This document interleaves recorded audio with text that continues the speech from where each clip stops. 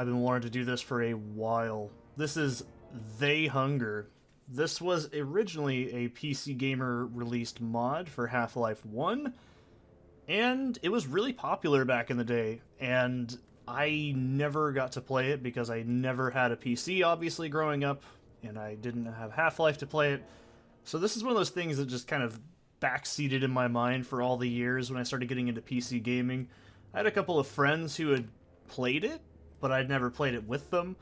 I remember me and my friend played through Nightmare House 1 and 2 in Sven co-op.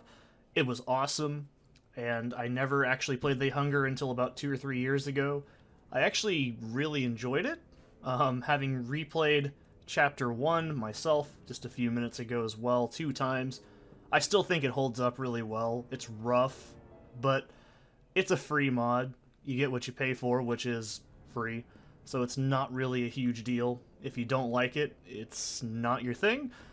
But it's pretty revolutionary in terms of PC mods. It's one of the first, trilogy mods out there I can think of.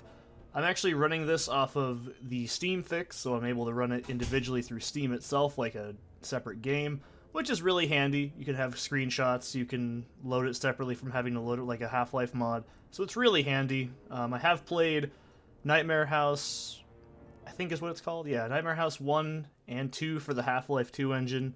I've also played Cry of Fear. I've also played, oh god, what's the other one? Afraid of Monsters, which is before Cry of Fear. And I plan on doing them eventually.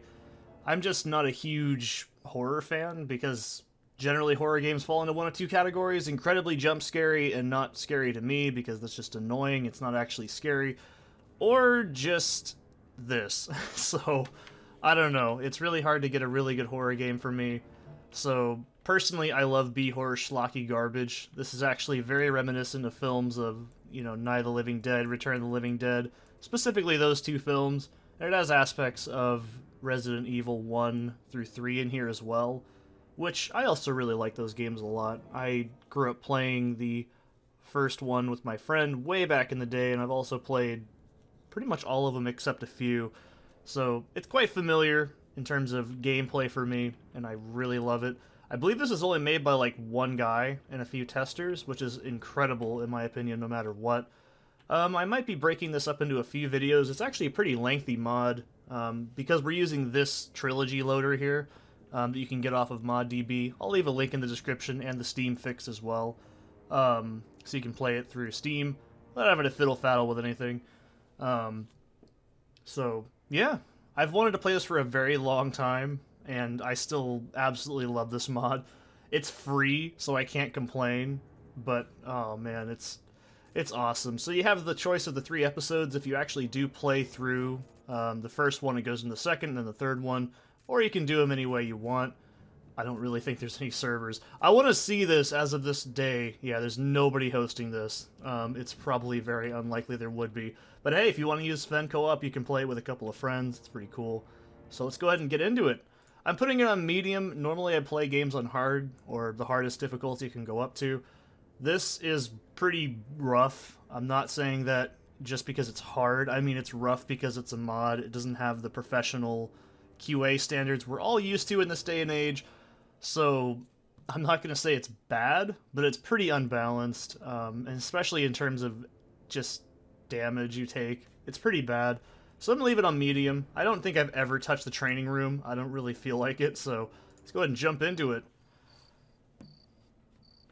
Bad motherfucker radio, that's what that stands for, I bet. There's no subtitles either.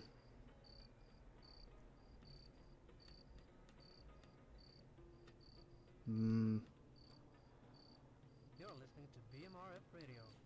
We interrupt this program to bring you special news report. Unknown atmospheric phenomena have been reported throughout the area. Meteorologists have been unable to identify the source of the strange electrical displays, but we will keep you informed of any developments. We're turning out our regular programming. So yeah, this opens up very similar to, I believe, Night of the Living Dead, which I haven't seen in like 100 years. I really haven't seen that in a long time. But I love how this was published through PC Gamer. Like, I think this came on a CD from what I remember people saying. And it's just amazing to me that that is a thing that used to exist. Nowadays, that's unheard of. Oh, man. And there you go, man. They hunger. That's all you gotta know. Look at that decal in the air that just disappears. So, of course, this is running in GoldSrc. There is a, I think, Source Engine version, but it's incredibly buggy. I mean, this looks pretty buggy already, as you can tell. That car doesn't even have moving wheels, but doesn't matter, man. This is so cool. The Source remake is really bad. Last I checked, it's really buggy. It's way buggier than this, and that's saying something. It's also just not faithful, if I remember correctly. I don't think things like this need to be remade, personally. I don't like remakes at all. So, this is also just showcasing, you know, what the Half-Life engine could really do. And I really love this setting. I actually really think the GoldSrc engine and this weird, gritty, backwood setting, it's just awesome, man. I can't stress it enough. It's one of my favorite aesthetics in games. And obviously this is using Half-Life assets. A lot of it's reskinned.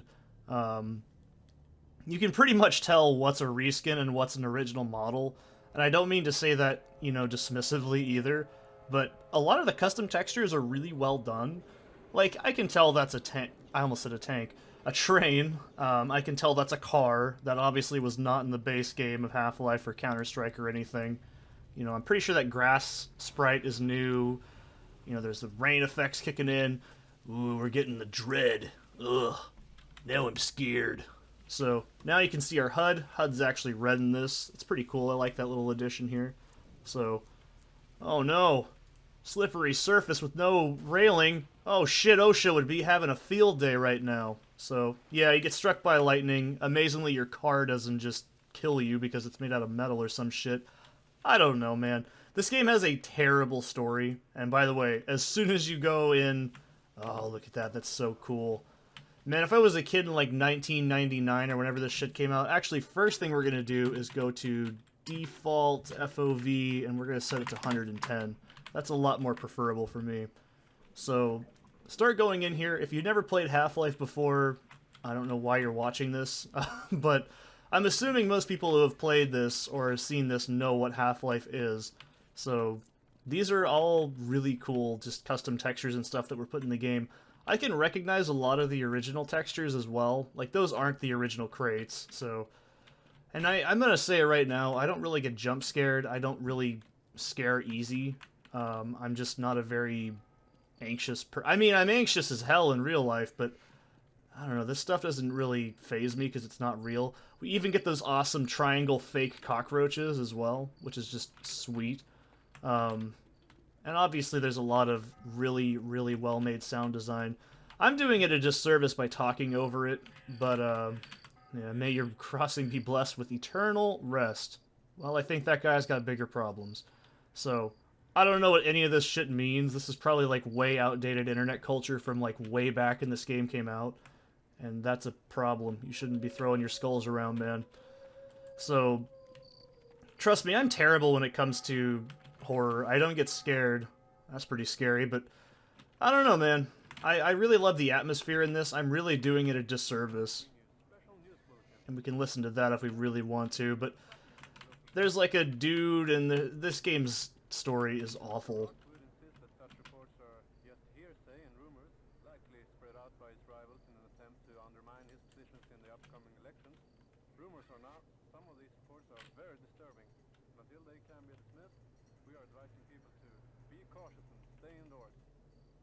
Yeah, let's do just that.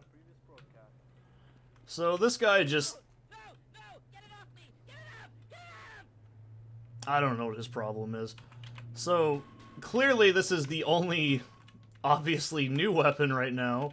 This is literally just the crowbar, but it's an umbrella. And, oh dear. Where'd the zombie go? It really ruined the moment there. That's really quite depressing. But holy shit, man. This is amazing. So, alright. So first things first, this is, you know, a Half-Life mod. If you've ever played Half-Life, you know how to take care of zombies. So, oh man. Just, this shit's so cool. I mean, you gotta put yourself in the perspective of when this came out. It's very impressive. Just, it's so cool. And I know people can say, oh, this needs a remaster, and a remake, and a rehash, and a reboot. No, doesn't need anything. Look how fucking unsettling this is, just without even having to have any HD in it. This is just creepy and gross and just nasty, and I love it. The lo-fi quality really, really does add to it. It's kind of like how people can, like, complain that, like, black metal sounds like lo-fi white noise garbage. That's true sometimes, but it does add to the charm in some instances, and it's intentional in some places. Like, I love how fucking nasty the zombies look in this. They look like they're mixtures of, like, Leatherface and, like, garbage. I love it. So, ow, shit.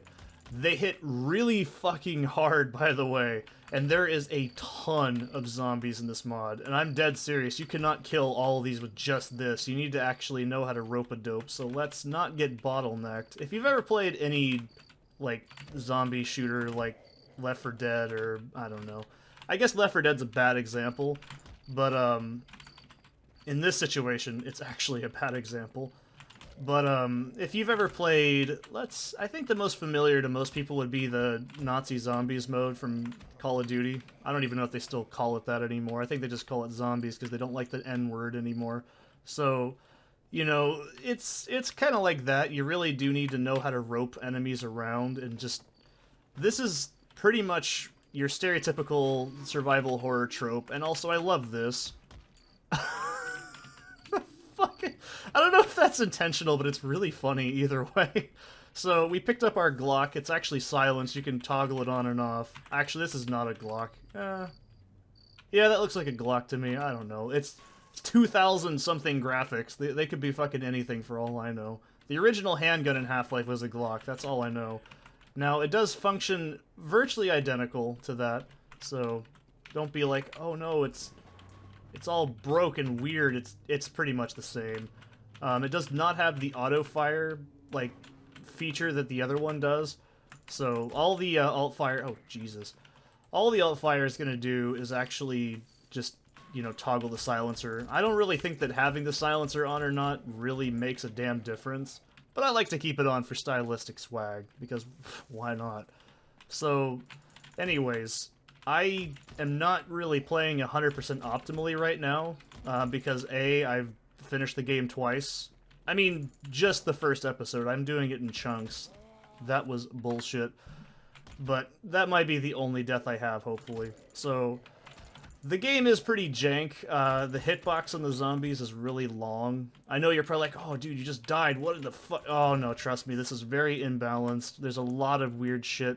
There's a lot of graphical issues. There's a lot of things that can just break in terms of programming. Because if I'm being generous, I am not any better. I work with the Doom engine. I'm not a master of coding. I can't tell you how any of this shit really works. I've never actually programmed in the Valve engine. Any of them, actually, like using Hammer Editor or the GoldSrc or anything.